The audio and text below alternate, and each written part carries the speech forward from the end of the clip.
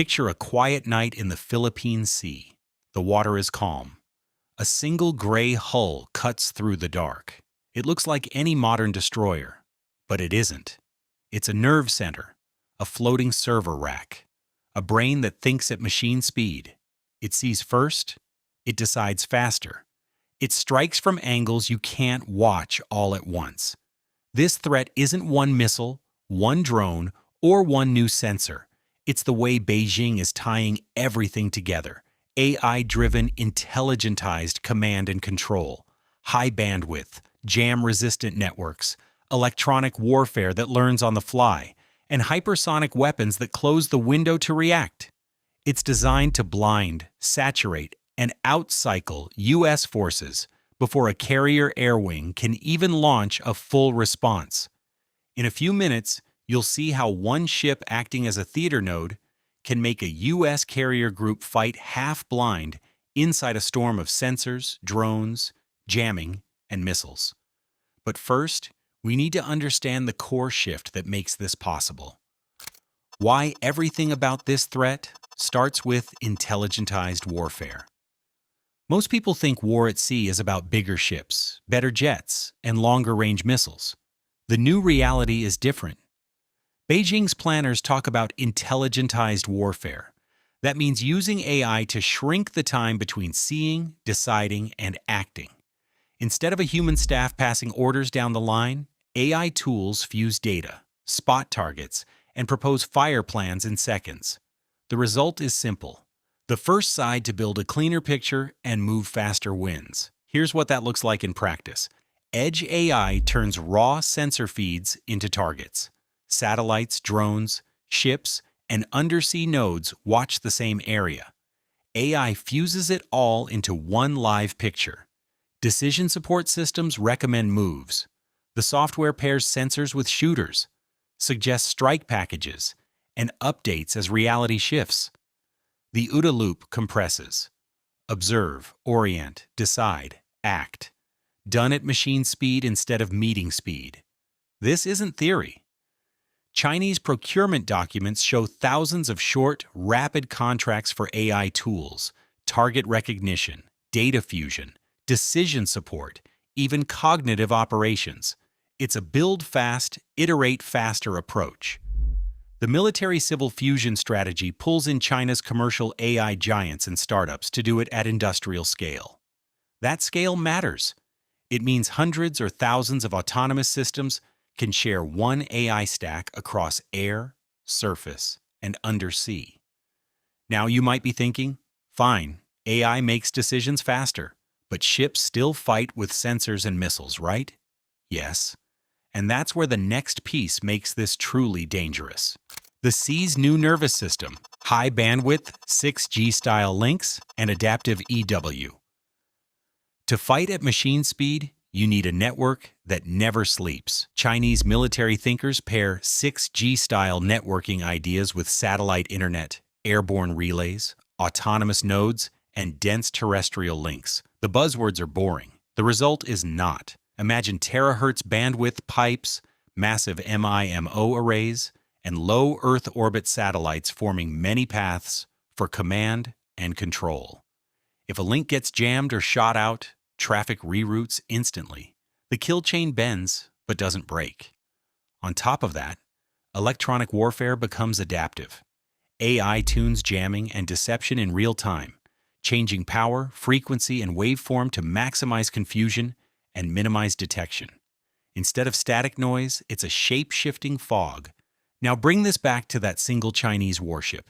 It's not just a shooter, it's a switching station. It can be the local brain for a swarm. It can route targeting data. It can issue fire solutions. It can also hide itself by making the spectrum dance, masking its emissions, feinting with decoys, and forcing U.S. radars to chase ghosts. But AI and networks still need teeth. Here's how the bite gets deadly. Why hypersonics change the math for carriers and bases. Hypersonic glide vehicles and maneuvering ballistic missiles cut down reaction time. They don't fly a neat arc. They skip and slide through the upper atmosphere. They shift lanes. They come from angles that make a defender's job far harder. China's inventory already includes road mobile systems carrying hypersonic glide vehicles and a family of anti-ship ballistic missiles that maneuver late in flight. When you tie those weapons to a live fused picture of the battle space, built by satellites, drones, ships, and undersea sensors, you can cue strikes fast.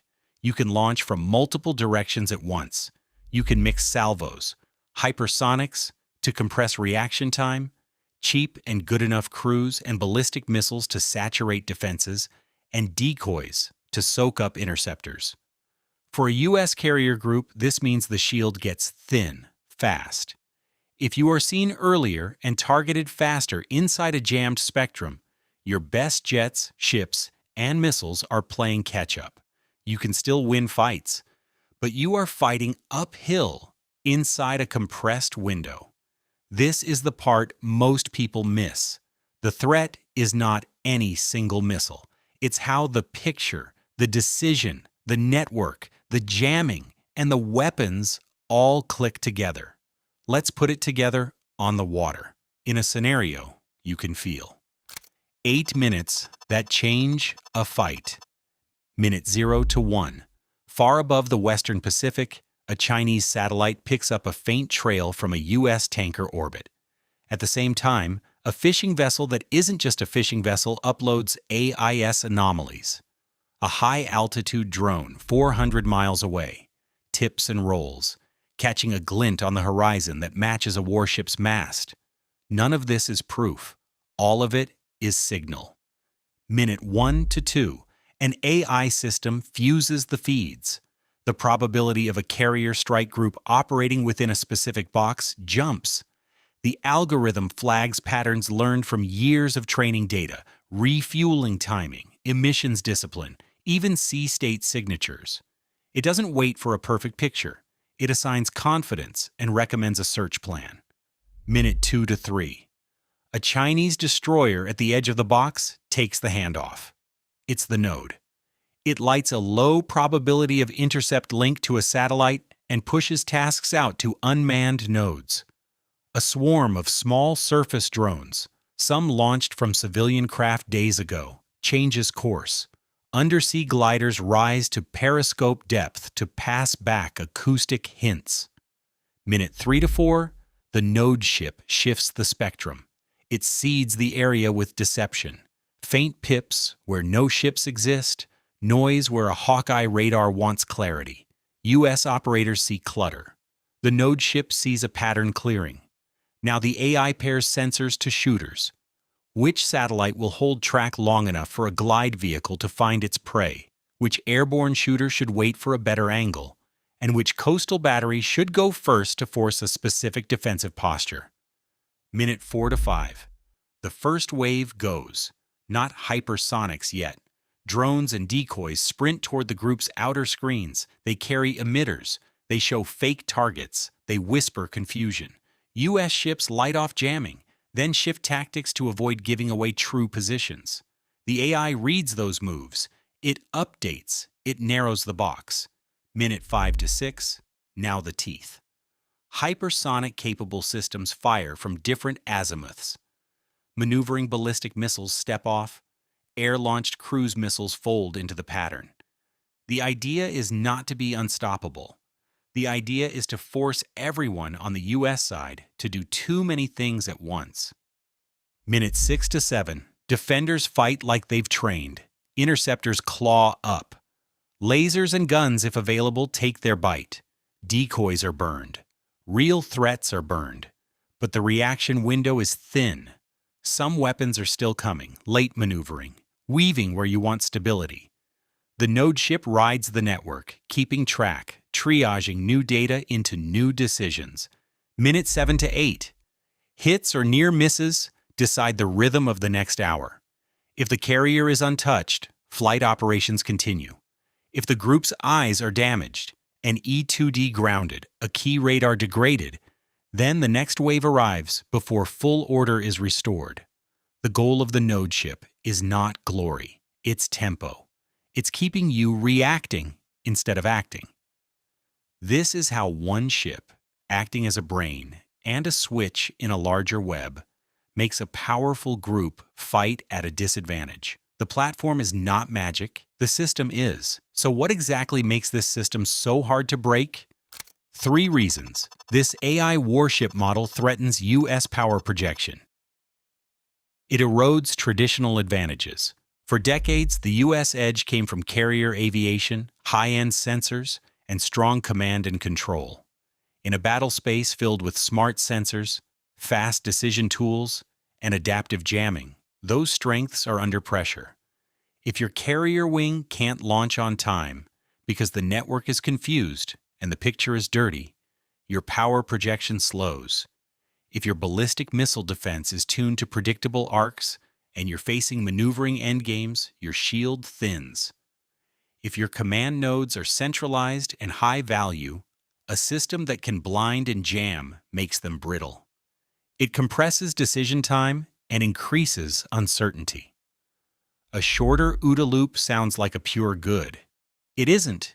If the other side runs faster than you while throwing noise into your sensors, you end up deciding later than they do and often with worse data. Add in AI-driven deception, deepfakes, tailored information ops, forensics that reach into captured devices, and crisis stability gets shakier. In a tense standoff, faster moves and opaque autonomy can turn a mistake into a spiral. It scales faster than slow, risk-averse systems. Military-civil fusion matters because it is an industrial strategy. The PLA draws on a huge commercial AI base. It awards short, fast-turn contracts. It iterates. That's how you field thousands of drones with shared autonomy, not dozens with bespoke software. It's how you spread AI decision tools across ships, batteries, and command posts without waiting a decade. In a fight defined by massed sensing and saturation attacks, scale can beat elegance. You might be asking, can't the US do this too? Yes, and it is trying. But there are constraints: legal, ethical, political. Americans ask where AI fits in lethal decisions. They prefer transparent command chains and tight human control. Those are strengths in most ways. In this narrow lane, machine speed operations, they can be friction. Now let's look at the pieces again, up close, with clear, simple terms. The brain, what intelligentized warfare looks like afloat. AI decision support, software ingests sensor feeds and suggests moves. It pairs a target with the right missile from the right platform at the right time. It tells a commander, if you jam now and hold fire for 90 seconds, you'll mask their tanker and open a corridor. Data fusion. It turns dozens of partial pictures into one working map.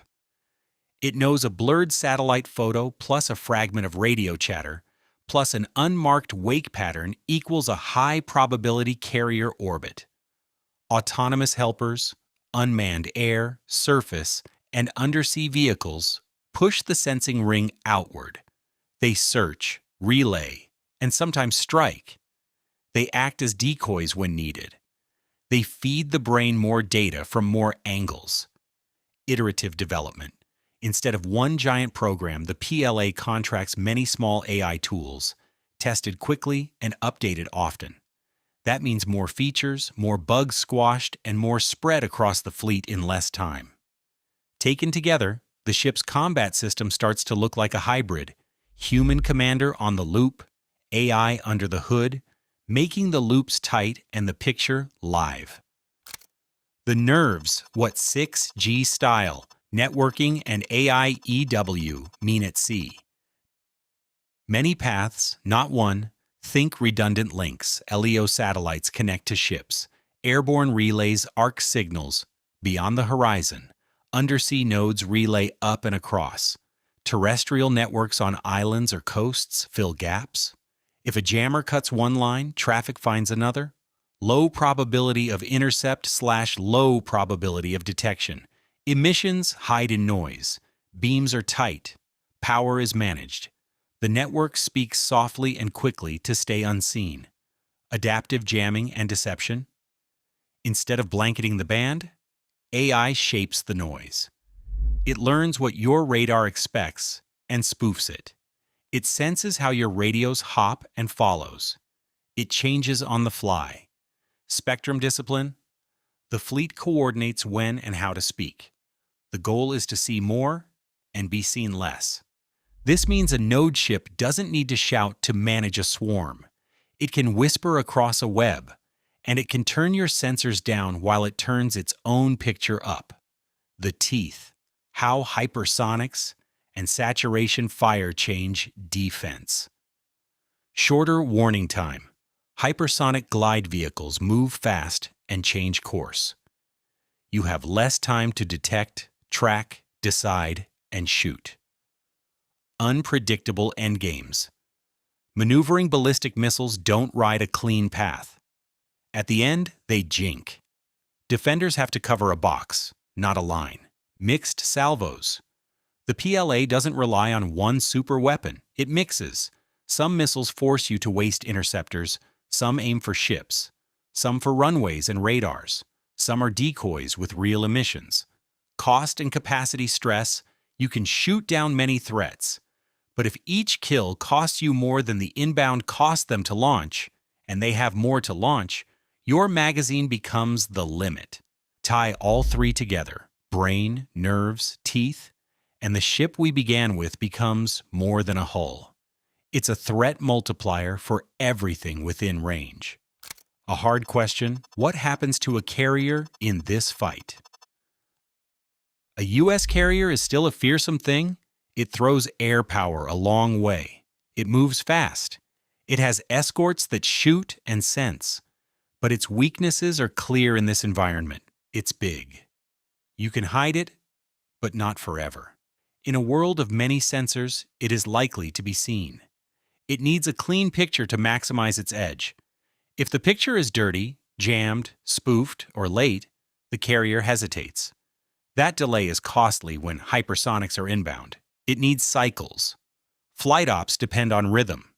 If a ship is fighting off saturation waves under heavy jamming, those cycles break.